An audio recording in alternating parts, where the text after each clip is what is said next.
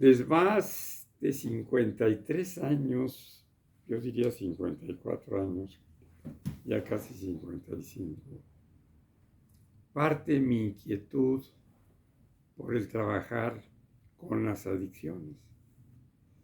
Ya para 1967, 68, empezábamos a convivir con los grupos en esa época llamados de hippies, sobre todo con un grupo muy peculiar de hippies mexicanos o mexicas que tenían unas agrupaciones con una cierta relación a las sectas religiosas, que incluso llevaban a los niños de Dios, que tenían su convivencia en todos los sentidos.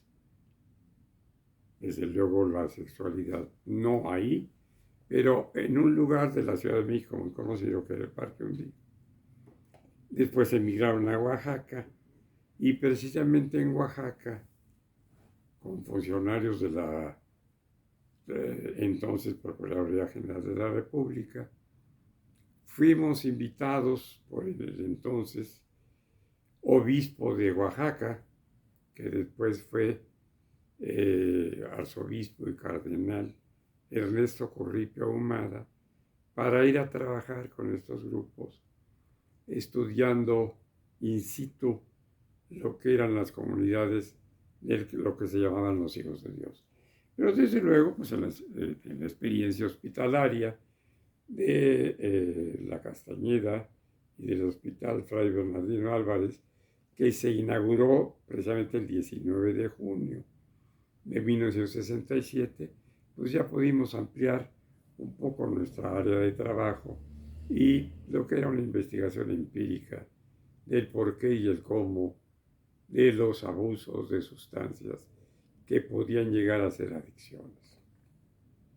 De niño, esto no era muy conocido para mí en Orizaba, aunque la frase de mi madre, que nos recordaba que no fuésemos al Cerro del Borrego, que es el cerro que campea, que preside de alguna manera al Valle de Orizaba, me decía mi mamá, no vayan a ir al Cerro del Borrego por la tarde porque hay muchos marihuanos.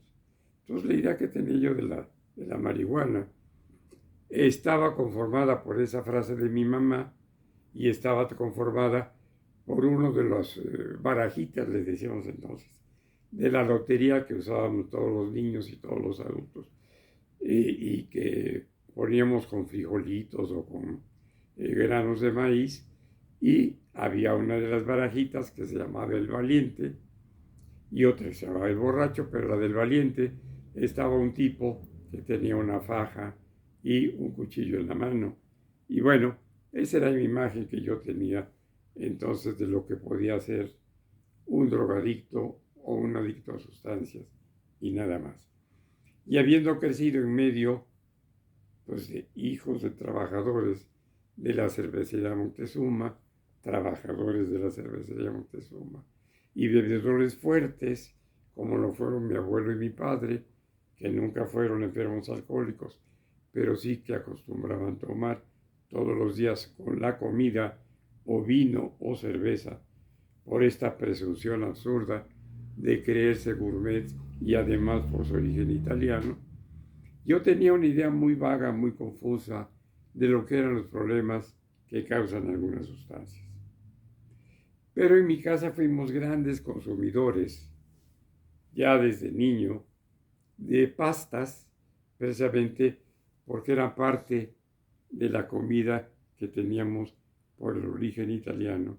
Y, por otra parte, con la forma de guisar de mi madre, que correspondía a lo que hacían las cocineras del sanatorio de mi abuelo, que era médico, y que hacían comida para enfermos, pero que la base también se sustentaba en comer sopa de pasta, caldo de pollo, algunas otras proteínas de carácter animal, pero básicamente la pasta, el pan y las tortillas eran lo que era principalmente lo que constituía nuestra alimentación. Y desde luego, como a todos los niños de la época, también la alimentación, entre comillas, que consideramos mucho, muy perjudicial desde hace muchos años, que era a través de lácteos. Nos daban leche. En esa época, un producto de la leche era la nata. A mí me daba asco, me daba náusea, pero mis hermanos eran comedores de nata frecuentemente. Y yo veía que mi papá o mi mamá sacaban la nata de la leche con la mano y la dejaban en un platito, y a mí me daban ganas de volver el estómago. Pero la comida para el mexicano mestizo era básicamente esa, una comida que consistía en sopa de pasta, arroz, un guisado y lo que llamaban en aquellos tiempos los acompletadores, que eran los frijoles. Y desayuno y cena, leche con pan de dulce.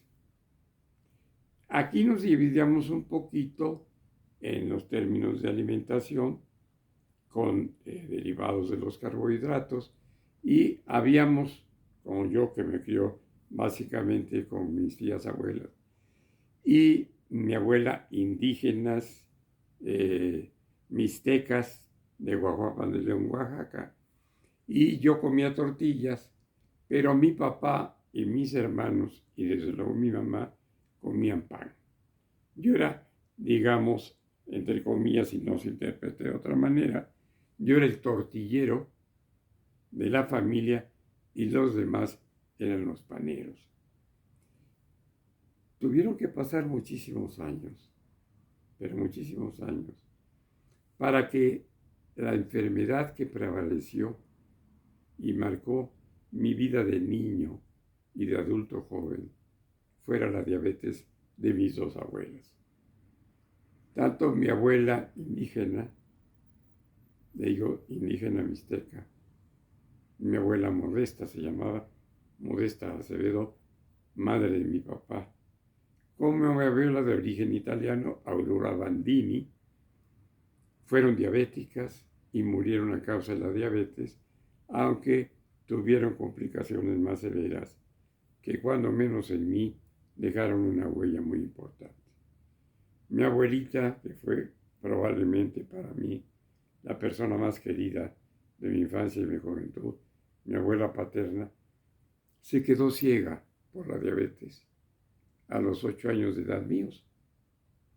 Murió cuando yo tenía 23 años.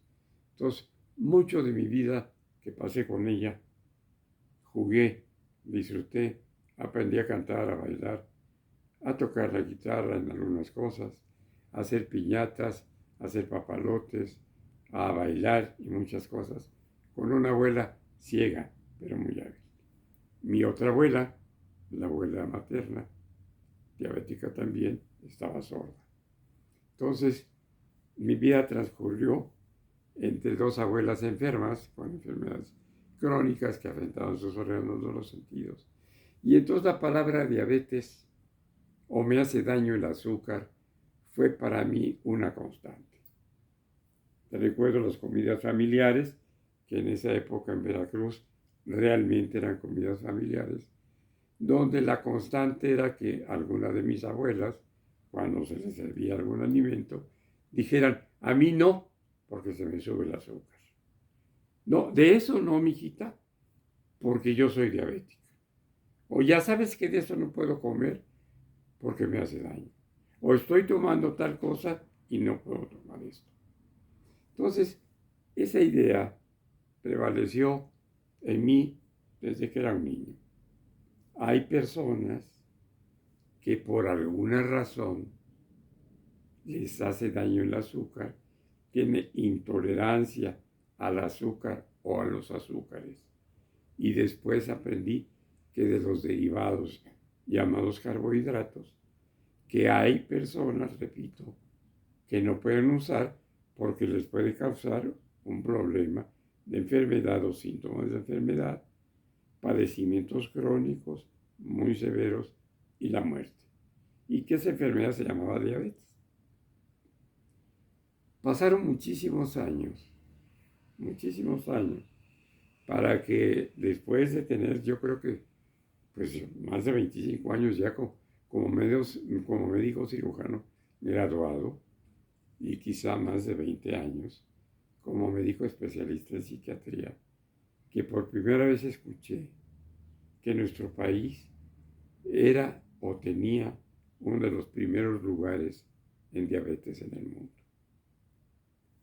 Poquísimos años después, 2 o 3 años después, me enteré también que teníamos un primero y un segundo lugar en México en problemas de sobrepeso y de obesidad. Yo sabía que teníamos el primer lugar de obesidad en niños y el segundo lugar de obesidad en mujeres. Parece que en los Estados Unidos esta relación, he escuchado por ahí, se invierte. Ahí hay más obesidad en mujeres y el segundo lugar de obesidad en niños. Con esa información, yo quisiera empezar leyendo de nueva cuenta algo que leí para ustedes en el programa pasado que hicimos para YouTube, a través de las enseñanzas de este extraordinario libro, que fue editado para la editorial Siglo XXI y que se llama Dulzura y Poder por C.W. Mintz, y que se llama El lugar del azúcar en la historia moderna. Trae una cantidad de referencias increíblemente interesantes, sobre todo a las personas que colaboraron con el doctor durante años en una larga historia de investigación, sobre todo en el Departamento de Antropología de la Universidad de Pensilvania.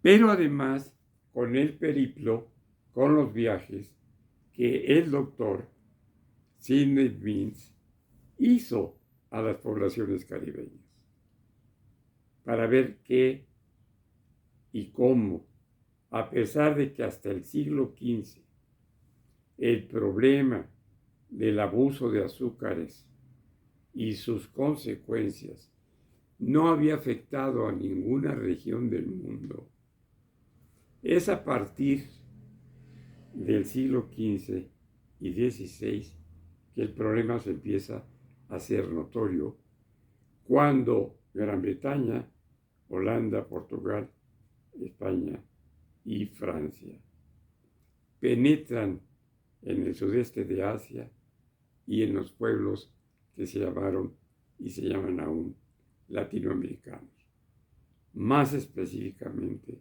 en los países americanos del Caribe. Recuerden que México tiene una buena parte de su litoral precisamente del Caribe. Y quiero leer lo que leímos la vez pasada para que veamos cómo, desde mi punto de vista, después de casi 55 años de trabajar con adictos a todo, incluso con adictos a relaciones destructivas, con adictos al sexo, con adictos al juego, con adictos a lo que ustedes quieran y manden. Y hemos verdaderamente tenido una experiencia muy vasta en esto, que me permite leer y releer estos libros y compartirlos en resumen con ustedes.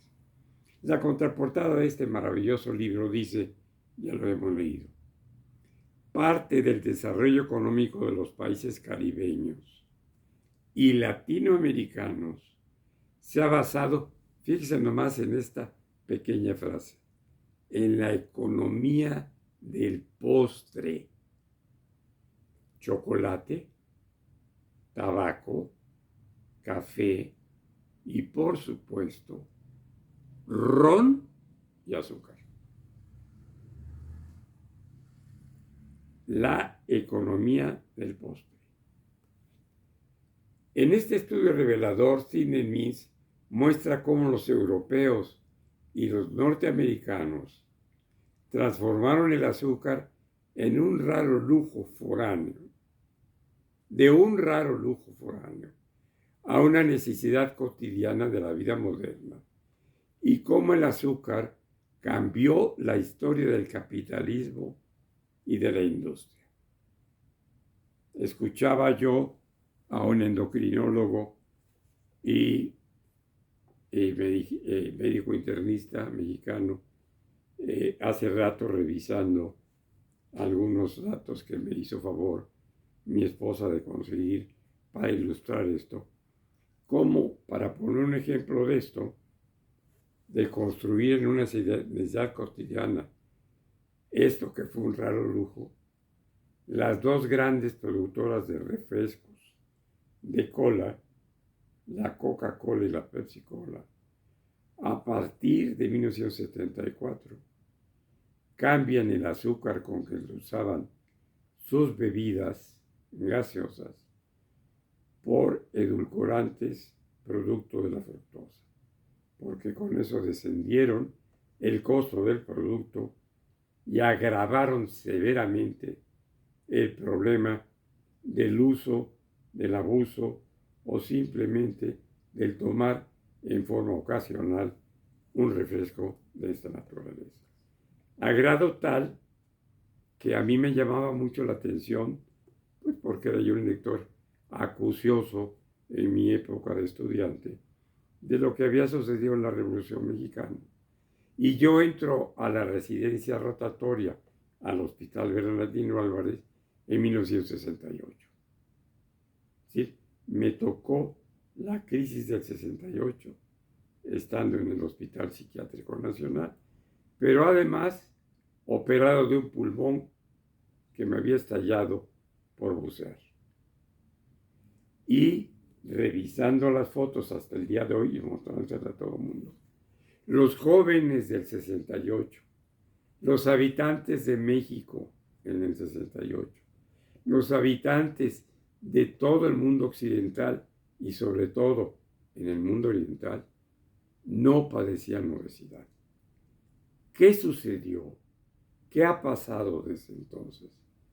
Para que este simple hecho, transformar una sustancia en sustancias artificiales agregadas a productos de consumo cotidiano, acompañantes de alimentos, a los alimentos procesados, a los alimentos naturales y a seguir con un consumo desenfrenado de azúcares y lácteos, constituye el día de hoy el problema más severo de salud pública que hay en el mundo.